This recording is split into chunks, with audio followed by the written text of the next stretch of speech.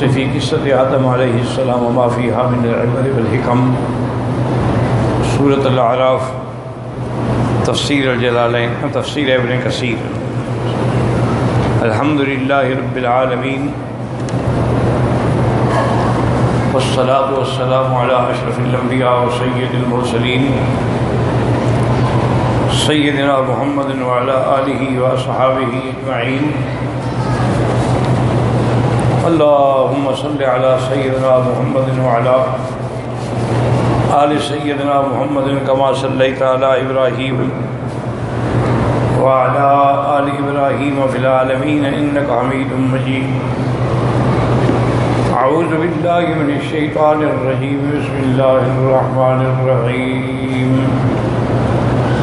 قال اهبطوا بعضكم لبعض عدو وَلَكُمْ فِي الْأَرْضِ مُسْتَقَرٌّ وَمَتَاعٌ إِلَىٰ حِينٍ قَالَ فِيهَا تَحْيَوْنَ وَفِيهَا تَمُوتُونَ وَمِنْهَا تُخْرَجُونَ يَا بَنِي آدَمَ قَدْ أَنزَلْنَا عَلَيْكُمْ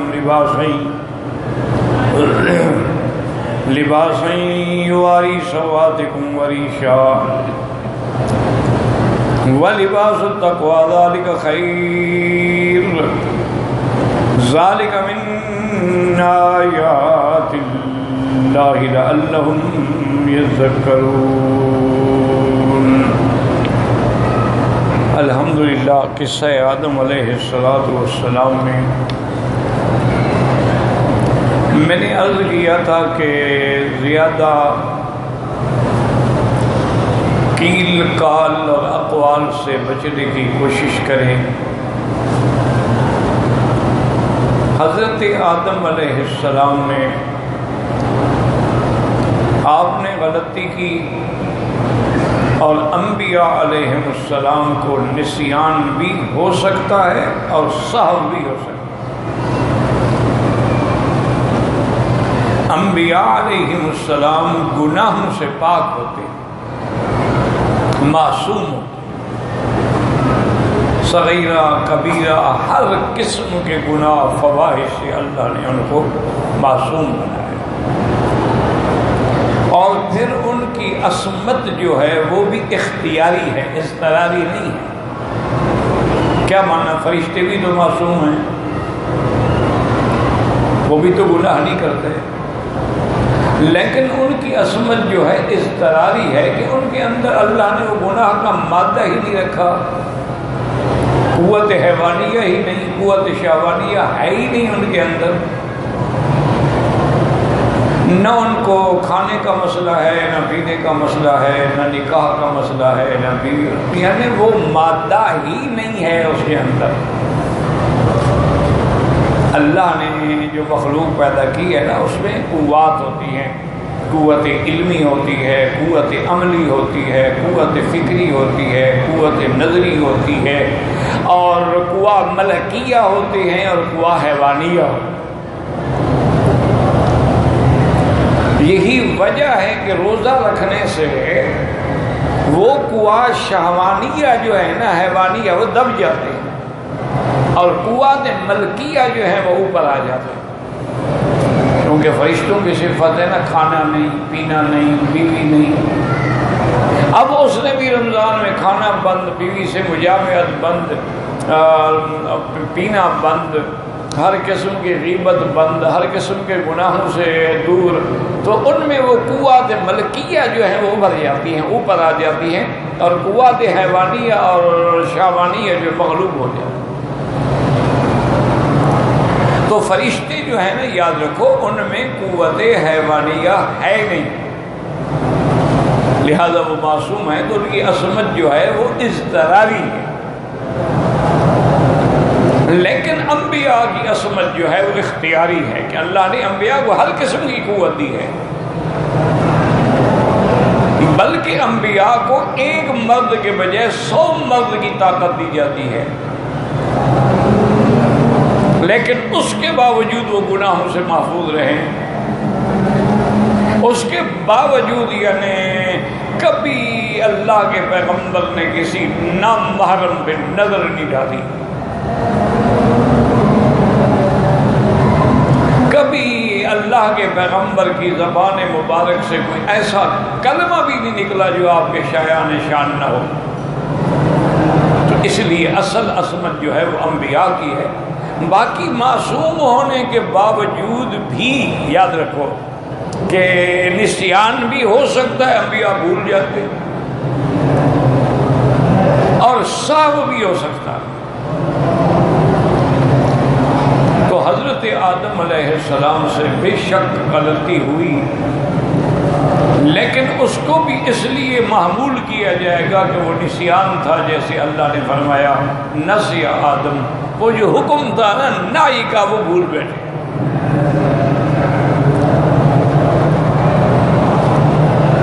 اور دوسری بڑی بات یہ تھی کہ حضرت آدم علیہ السلام نے جب ابلیس نے اللہ کے نام کی قسم کھائی تو اس کے دھوکے میں بھی آ گیا کہ کوئی اللہ کے نام بھی جھوٹی قسم کیسے کھا سکتا.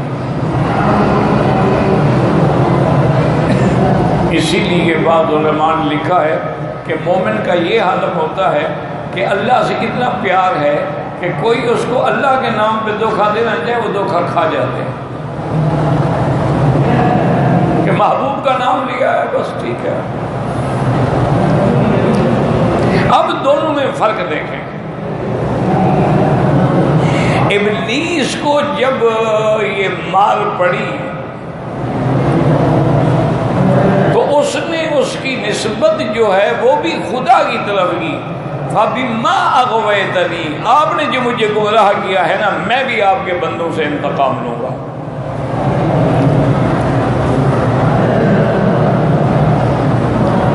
لیکن یہ شان پیغمبر ہے، یہ شان ادب ہے کہ انہوں نے اللہ کی طرف نسبت نہیں کی، اپنی طرف نسبت کی. ربنا ظلمنا انفسنا، ہم نے اپنی جان. آدم نے یہ نہیں کہا کہ جی آپ نے تو خود یہ لکھا تھا لہذا ہو گیا تو کیا ہو گیا. اور یہی شان پیغمبری ہے اور یہی شان مقربین ہے کہ اگر ان سے غلطی ہو اپنی طرف نسبت کرتے ہیں، تکلیف ہو اپنی طرف.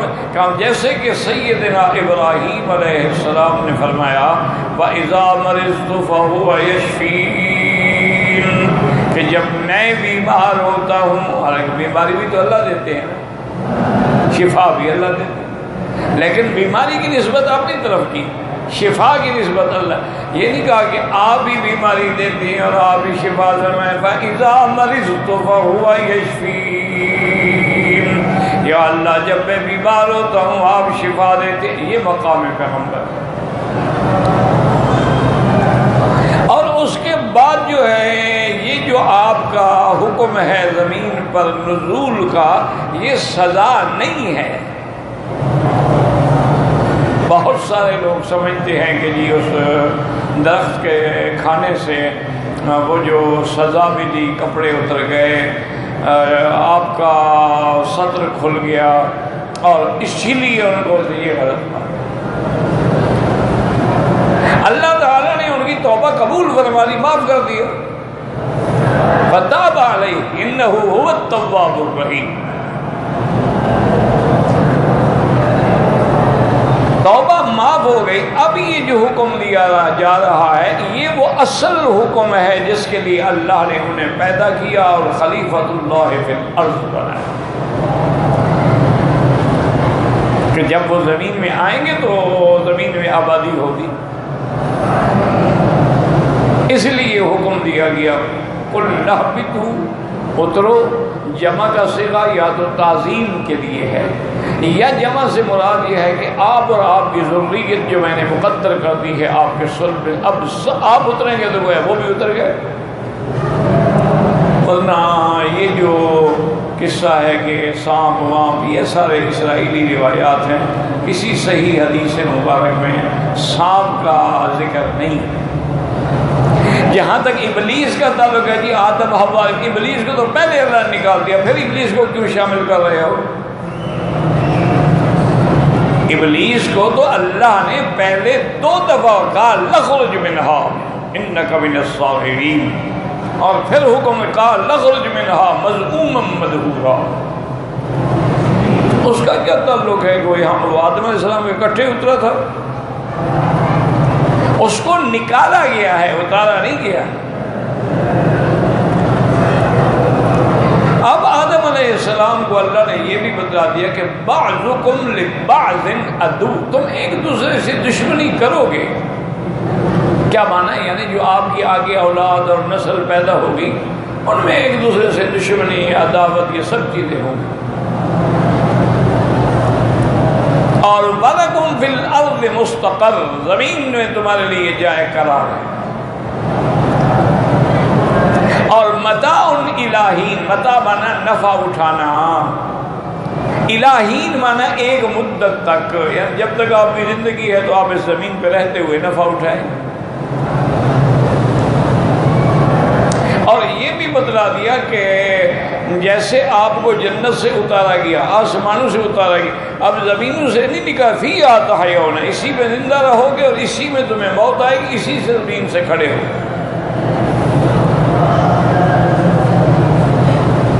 کیونکہ یہاں اس کے کہنے کی کیا ضرورت تھی؟ یہی تھی کہ ایک ذہن میں بات تو آ سکتی تھی نا کہ بھی پہلے ہم جنت میں تھے، پھر اللہ نے ہمیں آسمانوں سے اتار دیا، پتہ نہیں اب زمین سے بھی کسی اور جا نکلنا پڑے۔ فیہا تحیون، اسی میں زندہ رہو گے، وفیہا تموتون، اور اسی زمین پہ موت آئے گی، ومنہا تخرجون، اور اسی زمین سے، اسی مٹی سے قیامت میں اللہ آپ کو نکالے۔ اور یہ بھی میں نے عرض کر دیا تھا کہ عیسیٰ علیہ السلام کی حیات کا ان آیات کے کوئی معارضہ نہیں ہے، کیونکہ عیسیٰ علیہ السلام بھی زمین پہ آئیں گے۔ عیسیٰ علیہ السلام آسمانوں پہ بیٹھے ہیں لیکن وہ زمین پہ اتریں گے، اور اترنے کے بعد یہ سیدنا عیسیٰ علیہ السلام جو ہے وہ تکمیل دین جو ہے محمد مصطفیٰ صلی اللہ علیہ وسلم، اور اس کے بعد حضور کی شریعت کے تابع ہوں گے، اسی دین اسلام کے مطابق احکام جاری کریں گے۔ اور یہ بھی عیسیٰ علیہ السلام کی شان ہے کہ وہ لَيَقْتُلُنَّ الدَّجَّالَ، دجال کو بھی عیسیٰ علیہ السلام قتل کریں گے۔ اور صلیب جو ہے لَيُكْسِرَنَّ الصَّلِيبَ، صلیب کو بھی عیسیٰ علیہ السلام توڑیں گے، معنی کیا ان کی طاقت کو ختم کریں گے۔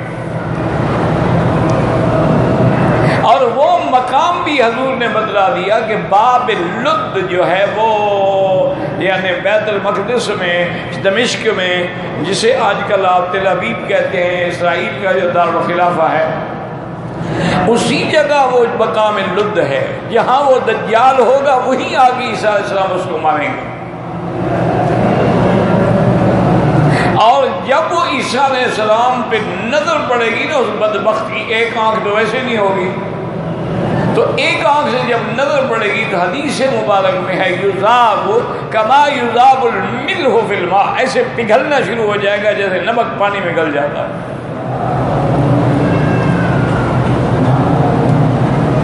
اسی لیے یہودیوں نے اسی لد کے مقام پہ اپنا سب سے بڑا عبادت کا مرکز بنایا ہے، کیونکہ وہ دجال اکبر کی انتظار میں ہے نا، چونکہ ان کا امام ہی دجال اکبر ہے۔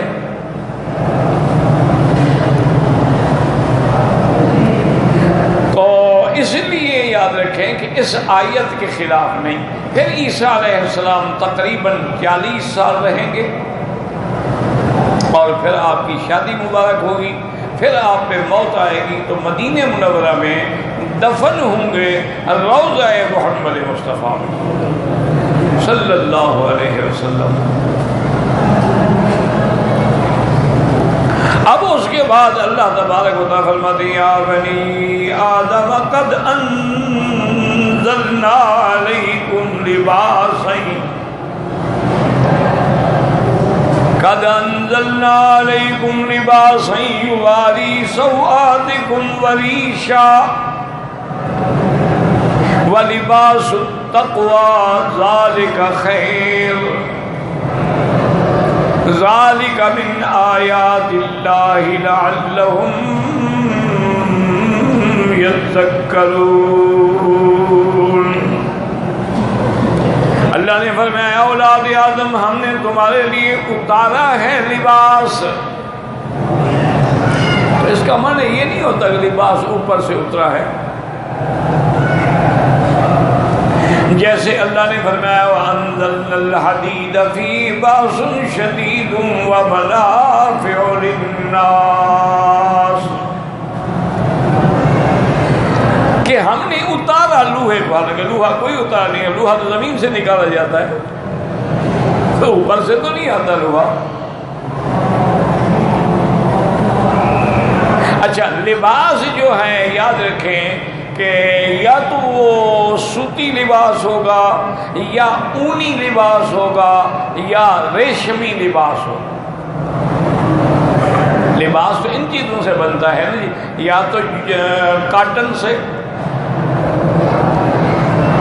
اور اللہ کی شان یہ ہے کہ ایجپشن کاٹن جو ہے، مصر کی جو کپاس ہے، وہ سب سے بہتر سمجھی جاتی ہے. شاید نیل کے پانی کا اثر ہو، اللہ عالم.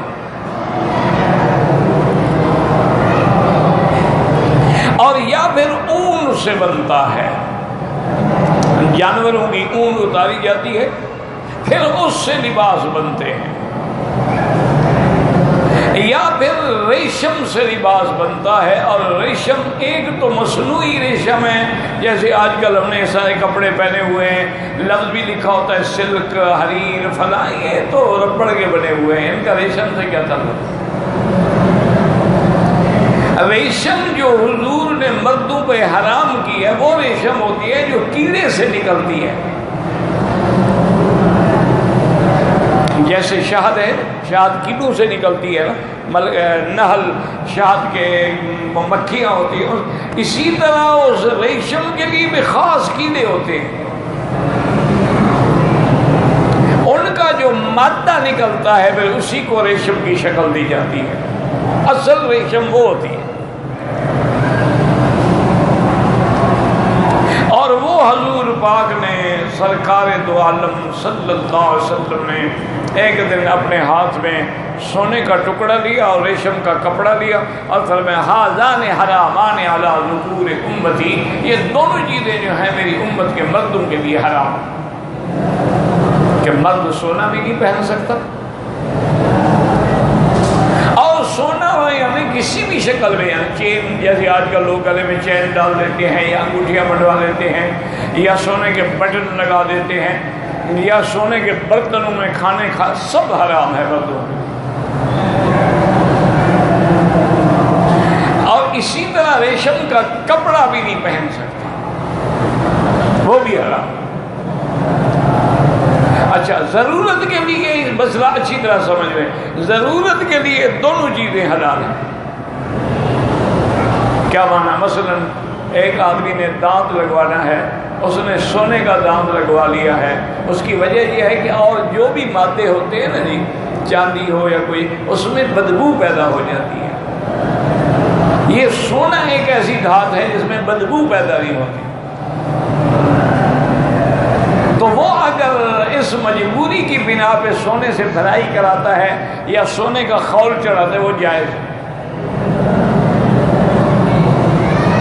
اسی طرح بعض اوقات کچھ لوگوں کو ایک خاص قسم کی خارش کی بیماری ہوتی ہے، سکن کی بیماری ہوتی ہے، اس کا علاج بھی ریشم کا کپڑا ہے. اس کے علاوہ پھر وہ کوئی کپڑا نہیں پہن سکتا بیچارہ، تو پھر مجبوری کی حالت میں جائز ہے. اور اسی طرح علماء نے لکھا ہے کہ مثلا ایک جیسے آج کل یہ مشلا پہنتے ہیں، گاؤن پہنتے ہیں، اگر اس کی ایک پٹی پہ اس سونے کی تاروں سے کام کیا جائے تو اس کا عرض 3 انگل 4 انگل ہوگا، لیکن باقی تو بڑا ہے نا، تو لہٰذا وہ کہتے ہیں اتنا گنجائش ہوتی ہے. یا جیسے کبھی کسی زمانے میں جھنگ سے، گجرات سے، ملتان سے لنگیاں ہوتی تھی نا، اس کو لاچا کہتے تھے، تو وہ بھی نیچے جو ہے نا اتنا تقریباً وہ ریشم لگی ہوتی ہے. تو اگر ساری چادر میں 4 انگل سے نیچے ریشم لگی ہے تو وہ بھی جائز ہے، کیونکہ اکثر حصہ ریشم نہیں ہے. آج تو خیر وہ بھی نہیں ہوتی، آج کل تو خیر ساری چیز مصنوعی ہے، اب تو ہر چیز جو ہے نا میرا بھائی وہ ساری آرٹیفیشل ہے، مصنوعی ہے، اب تو زیورات بھی آرٹیفیشل ہیں، کپڑا بھی آرٹیفیشل ہے، اور بہت جلدی انسان بھی آرٹیفیشل آ جائیں گے، روبوٹ تو آ گیا ہے نا، تو وہ بھی سب کچھ تیار ہو رہا ہے، بن رہا ہے۔ تو اس لیے ہمیشہ سمجھیں کہ بھئی اللہ نے اتارے کا کیا معنی ہے کہ جیسے وفی السماء رزق، آسمانوں میں تمہارا رزق ہے، تم زمین میں ڈھونڈ، یعنی حکم تو اللہ کا اوپر سے جاری ہوتا ہے نا۔ یا یہ بھی ہوتا ہے کہ اللہ نے آسمانوں سے بارشیں اتاری، زمین آباد ہوئی، اس سے کھیت نکلے، اس سے کپاس پیدا ہوئی، اس سے چیزیں، اس سے پھر لباس بنایا گیا، تو گویا اللہ نے اتارا ہے، اس لیے اس لفظ کو کہہ دیا جاتا ہے۔ اچھا خدا کی شان دیکھو کہ لباس سب کے لیے ہے، بنی آدم کے لیے نہیں، سب کے، ہر جانور کا لباس ہے۔ اور خدا کی شان دیکھو، بنی آدم جو ہیں، انسان تو کپڑے اتار دیتا ہے نا، ان کے کپڑے ایسے ان کے ساتھ فٹ ہیں کہ اتار ہی نہیں سکتے۔ اللہ نے ان کو جو بال دیے ہیں وہ ان کا لباس ہے، چھپایا ہوا ہے نا بدن کو، کسی کی اون ہے، کسی کے بال ہیں، ہر چیز کے۔ اچھا خدا کی قدرت دیکھیں کہ جیسے انسان کو سطر نہیں کھولنا چاہیے، شرمگاہ نہیں کھولنی چاہیے، اللہ نے حیوان کے لیے بھی ایسا رکھا ہے، کسی کی دم لگا دی ہے، کسی کا ایسے انتظام کر دیا ہے کہ وہ ایسے کھلے عام نظر نہیں آتی ہے ہر چیز، یعنی حیوان میں بھی یہ چیز ہے۔ وہ تو جیسے کسی بزرگ نے فرمایا تھا کہ انسان اگر ترقی کرے تو فرشتوں سے بھی بڑھ جاتا ہے، اور انسان اگر گرے تو پھر شیطان سے بھی نیچے گر جاتا ہے۔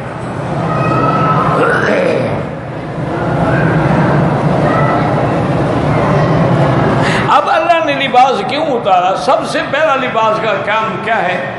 یا بنی آدم، اللہ نے حکم فرمایا کہ اے بنی آدم، ہم نے آپ پر انزلنا علیکم لباسا یواری سوآتکم، لباس کا پہلا کام یہی ہے کہ تمہارے ستر کو چھپائے۔ اور مرد کا ستر کیا ہے؟ یاد رکھو، ناف سے لے کر گھٹنے تک، یعنی گھٹنا بھی چھپا ہوا ہو اور ناف بھی چھپی ہوئی ہو۔ یہ جو میرے بھائی اکثر یا تو بے پرواہی کرتے ہیں یا موٹے ہوتے ہیں بیچارے، تو چادر نہیں ٹھہرتی، نیچے چلی جاتی ہے، تو ان کو اوپر بیلٹ باندھنی چاہیے، کیونکہ اگر ناف سے نیچے کا حصہ تھوڑا سا بھی ظاہر ہے تو گویا عورہ کھل گیا، نہ نماز ہوگی، نہ طواف ہوگا، نہ عمرہ ہوگا۔ خدا کے لیے یہ سارے کام مولویوں کے نہیں ہیں۔ جس کسی کو دیکھو احرام باندھا ہوا ہے اور ناف سے نیچے ظاہر ہے، اس کو بھائی اوپر کرو کپڑا، اس کو سمجھاؤ، ورنہ اس کی تو محنت برباد گئی نا، نہ اس کا طواف ہوا، نہ اس کا عمرہ ہوا، اور بلکہ ننگے رہنے کی وجہ سے خدا کے گھر میں الٹا گناہگار ہوا۔ یہ خیال رکھا کرے، ایک دوسرے کو سمجھایا۔ اچھا کچھ میرے نوجوان بیٹے شرٹ پہنتے ہیں نا، تو وہ شرٹ یہاں تک ہوتی ہے، یعنی یہ کوہنی کے اوپر یہاں تک ہوتی ہے، وہ بھی نماز مکروہ ہو جاتی ہے۔ بلا وجہ کیوں اپنی نمازوں کو مکروہ کرتے ہو؟ اسی طریقے سے یاد رکھیں کہ لباس کا کام یہ ہے کہ تمہارے ستر کو ڈھانپے، اگر ستر نظر آئے تو پھر وہ لباس تو نہ ہوا۔ اسی لیے یاد رکھیں۔ اچھا، اور عورت کا ستر کیا ہے؟ سر سے لے کر پاؤں تک۔ آج کل تو خیر جناب نائٹی پہن کے چینل پہ آ کے اپنے جلوے دکھلاتی ہیں، اور اس انداز میں اٹھتی بیٹھتی تشدید بات کرتی ہیں کہ ہر عضو جو ہے وہ بول رہا ہوتا ہے انا للہ و انا الیہ راجعون ولا نقول الا لا حول ولا قوت الا باللہ العلی العظیم. دعا کیا کرو، اتنا فتنے کا دور ہے، ہم نہیں بچ سکتے اگر اللہ نہ بچائے.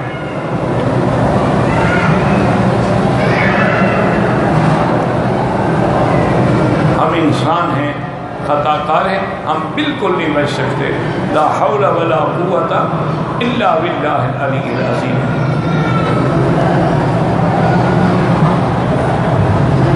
اچھا، اسی طرح میرے مدنی پاک نے اب دیکھیں 1400 سال پہلے فرمایا رب کاسیات عاریات، ایسی میری امت میں عورتیں ہوں گی کہ کپڑا پہنا ہوا ہوگا لیکن ننگی ہوں گی. کیا مانا؟ یعنی یا تو کپڑا اتنا باریک ہوگا کہ بدن نظر آ رہا. اچھا، ابھی یہ حج میں عمرے میں دیکھا ہے آپ نے، میری بہنیں عمرے پہ آتی ہیں اور آج کل لاؤن کے کپڑے بنتے ہیں، لاؤن کے سوٹ بنتے ہیں، اور اتفاق سے بارش آ جائے تو ماشاءاللہ یا محبت سے زمزم اوپر ڈال دیں تو بالکل وہ ایسے کھڑی ہوتی ہے جیسے ننگی کھڑی ہو. اچھا، اگر بارش آ جائے ماشاءاللہ اسی حال میں میزاب رحمت کے نیچے حتیم میں آ کے کھڑی ہے اور سارا بدن نظر آ رہا ہے. اور لاؤن اتنی باریک ہوتی ہے کہ اگر اس نے پہنی ہوئی بھی ہو نا، اندر جو اس نے شمیز یا بنیان پہ اس کا رنگ بھی نظر آ رہا ہوتا ہے باہر سے کہ اندر اس نے کیا پہنا ہوا. اگر عورت کے بال نظر آ رہے ہوں تو وہ ننگی شمار ہوگی، اس کا نہ نماز ہوگی نہ طواف ہوگا. باقی تمہاری مرضی ہے، ہم نے تو حضور کی بات پہنچانی ہے، منوانی نہیں ہے. منوانی تو تم نے انبیاء کی بھی نہیں، تو مولوی کی کیا طاقت ہے؟ لوگوں نے پیغمبروں کی بات بھی تو نہیں مانی ہے، تو ہماری کیا طاقت ہے؟ لیکن حضور پاک نے فرمایا کہ جو عورت میک اپ سنگار کر کے اس انداز سے نکلے کہ بال کھلے ہوئے ہوں اور بدن سے خوشبو کی لپٹیں اور اٹھ رہی ہوں، تو آپ نے فرمایا انہا کذا و کذا، یعنی یہ عورت زانیہ کے حکم میں ہے. چاہے اس نے دینہ نہیں کیا لیکن زانیہ. اسی لیے بعض فقہا نے حضور کی اس حدیث سے استدلال کیا ہے کہ جب اس کو حضور نے زانیہ کہا ہے تو جا کے فوراً غسل کرے اور صحیح کپڑے پہنے. تو اچھا، اسی طرح یاد رکھیں کہ بعض اوقات یہ بھی ہوتا ہے کہ کپڑا تو بڑا موٹا ہوتا ہے. جیسے آج کل ہمارے نوجوان بیٹے بیٹیاں جین کی پینٹ پہنتے ہیں. اصل میں ہمارے دور میں ہم جب بچے تھے نا تو یہ گدھے گھوڑے پہ ڈالی جاتا تھا یہ کپڑا. اب یہ نوجوانوں کا فیشن ہے ماشاءاللہ. اور جین کے جو کپڑے پہنے اور سکن ٹائٹ ہوتا ہے، کیا مانا؟ بدن کے اوپر بالکل ٹائٹ ہے. اب اس کا ہر عضو نظر آ رہا ہے تو موٹے کپڑے پہننے کا کیا فائدہ ہوا؟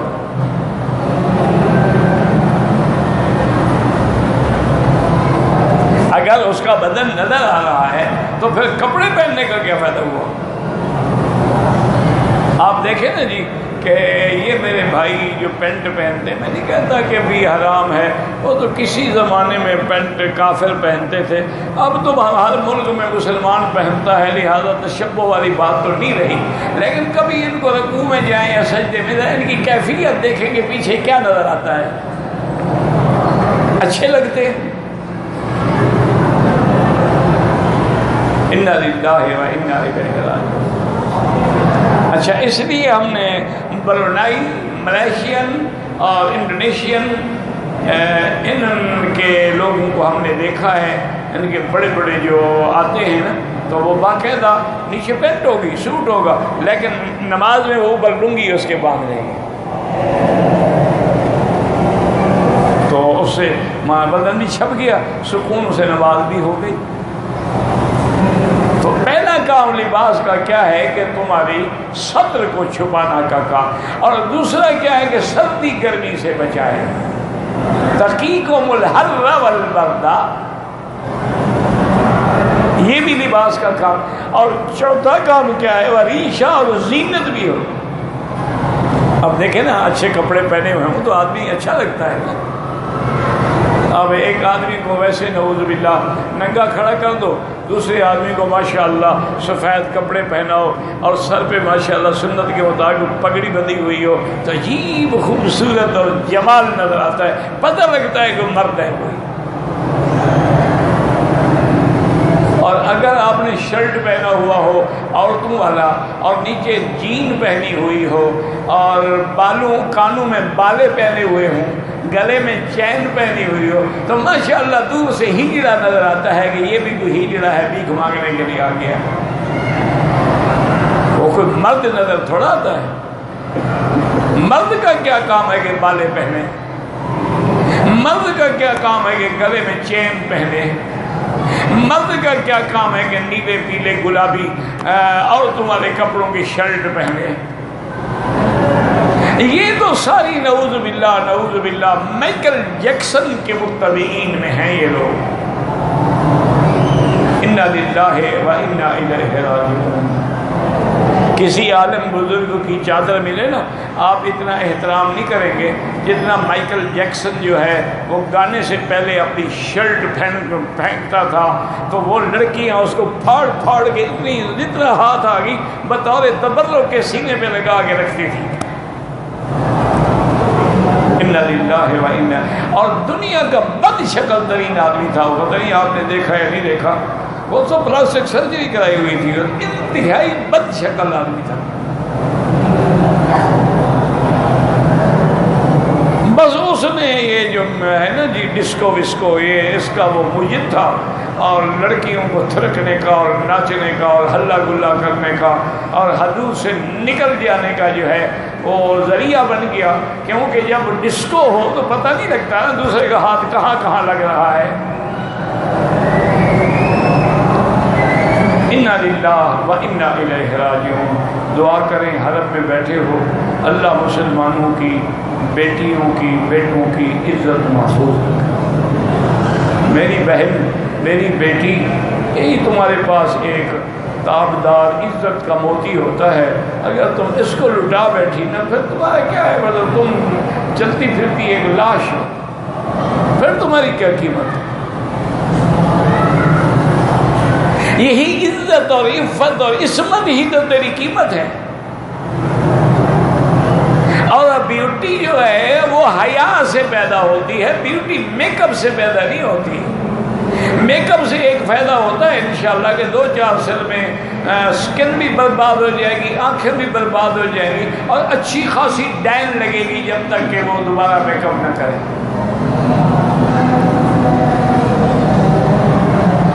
آپ کا کیا خیال ہے صحابیات اور ازواج رسول اللہ امہات، ان کا کیا میک اپ تھا؟ زیتون کا تیل لگا لیا اور بالوں میں بھی لگا لیا، کنگھی دے دی اور مسواک کر لیا، یہ جو آنکھوں میں سرما ڈال دیا،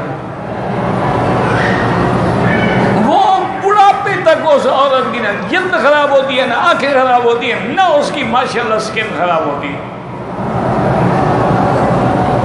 ابھی تو ہمارے اپنے بچے جو ہیں 20-20 سال کے بوڑھے ہو گئے،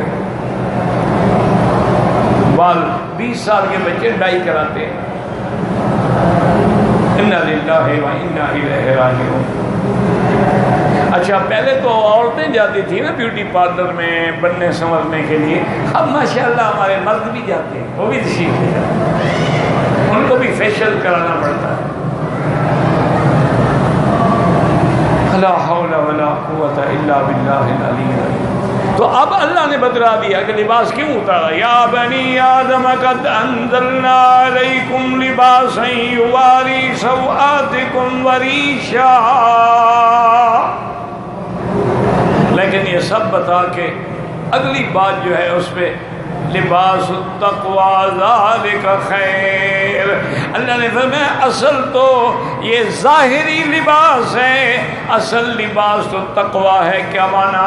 اللہ کی توحید اور اعمال صالحہ ہوں، گناہوں سے بچنے والا لباس جو ہے وہ لباس ہے نا۔ ایک آدمی لاکھ اچھے کپڑے پہنے لیکن گناہوں سے نہیں بچتا تو لباس التقوی سے تو محروم ہے نا۔ اچھا، لباس التقوی اس کو کیوں لباس التقوی کہا گیا؟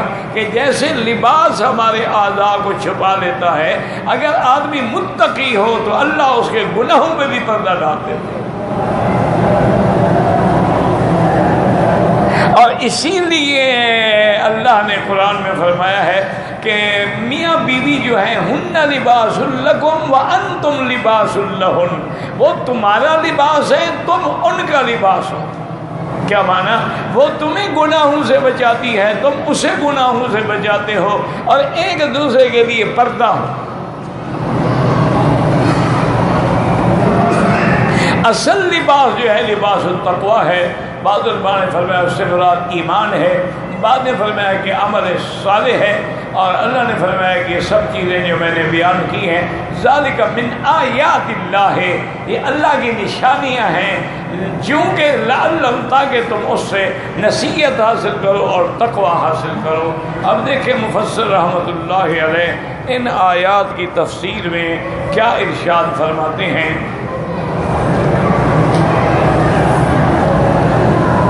فرماتے ہیں کہ لال مراد بالخطاب فی احبط آدم و حوا ابلیس والحیہ، کہتے ہیں کہ ایک قول یہ بھی ہے کہ احبطو جمع کا صیغہ ہے، اس سے مراد حضرت آدم، بی بی حوا، ابلیس اور سانپ۔ وَمِنْهُمْ مَنْ لَمْ يَذْكُرِ الْحَيَّةَ، اور بعد میں سانپ کا ذکر نہیں کیا، واللہ اعلم۔ وَالْعُمْدَةُ فِي الْعَدَاوَةِ آدَمَ وَإِبْلِيسَ، اصل دشمنی تو آدم و ابلیس کے درمیان میں ہے نا، اسی لیے اللہ نے سورۃ طٰہٰ میں فرمایا اہبطا منہا جمیعا، تم دونوں اتر جاؤ۔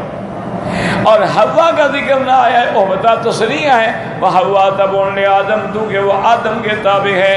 والحیۃ ان کان ذکرا صحیحا، اگر سانپ کا ذکر حقیقی ہے تو وہ ابلیس کے تابع ہے۔ وقد ذکر المفسرون الاماکن التي حبط فيها كل منهم ويرجع حاصل تلك الاخبار الاسرائیلیات واللہ اعلم بصیتها۔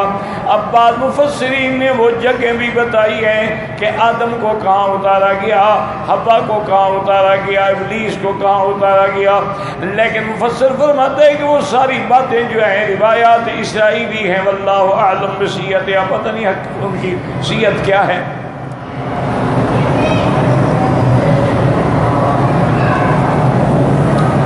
وَلَوْ كَانَ فِي تَعْيِينِ ذَلِكَ الْبِقَاءِ فَائِدَةٌ تَعُودُ عَلَى الْمُكَلَّفِينَ فِي أَمْرِ دِينِهِمْ وَدُنْيَاهُمْ لَذَكَرَهَا اللَّهُ تَعَالَى فِي كِتَابِهِ وَرَسُولِهِ صلی اللہ علیہ وسلم۔ اب مفسر فرماتے ہیں کہ اگر وہ جگہ ذکر کرنے میں جہاں آدم کو اتارا گیا یا بی بی حوا کو اتارا گیا کوئی فائدہ ہوتا مخلوقات کے لیے تو اللہ لازم ذکر فرما دیتے، تو جب اللہ نے ذکر ہی نہیں کیا تو بات ختم، بات پڑھنے کی ضرورت کیا ہے۔ وَقَوْلُهُ وَلَكُمْ فِي الْأَرْضِ مُسْتَقَرٌّ وَمَتَاعٌ إِلَىٰ حِينٍ، أي قرار وأعمار مضروبة إلى آجال معلومة، کہ تم نے زمین میں رہنا ہے، ایک مدت ہے، حیات ایک کی عمر مقرر ہے، اللہ نے لکھ دیا ہے کہ تیرا عمر کتنا ہے بالکل معلوم۔ وقد جرى بها القلم، اللہ کی تقدیر کا قلم چل گیا، وعصاها القدر وسطرت في الكتاب الاول، اور تقدیر نے بھی لکھ دیا ہے اور اللہ نے اس کو کتاب میں بھی لکھ دیا، پھر ولا رطب ولا یابس الا في كتاب مبین۔ وقال ابن عباس مستقر، مستقر سے مراد یعنی قبریں ہیں، وقال مستقر فوق الارض وتحتها، رواہما ابن ابی، اس لیے فرماتی ہیں کہ آدمی کا قرار جو ہے وہ زمین کے اوپر بھی ہے اور زمین کے اندر بھی ہے۔ قال فيها تحيون وفيها تموتون ومنها تخرجون كقوله تعالى منها خلقناكم وفيها نعيدكم ومنها نخرجكم تارة أخرى. يخبر تعالى أنه جعل الأرض دارا لبني آدم مدت حیات الدنیا. اللہ خبر دیتے ہیں کہ انہوں نے اولاد آدم کے لیے اس دنیا کو جو ہے وہ رہنے کی جگہ بنائی ہے. فیہا محیاہم, اسی میں وہ زندہ رہیں گے, وفیہا مماتہم, اور اسی میں ان کو موت آئے گی اور اسی میں ان کی قبریں بنیں گی. ومنہا نشورہم یوم القیامت, اور قیامت کے دن اسی زمین سے کھڑے ہوں گے. الذی یجمع اللہ فی الاولین والآخرین ویجازی کلا بعملہ. اللہ تبارک و تعالی اولین و آخرین کو قیامت کے میدان میں جمع کریں گے اور اس کے بعد ہر کسی کو اس کے اعمال کے مطابق جو ہے وہ سزا اور جزا دیں گے. اللہ اعلم.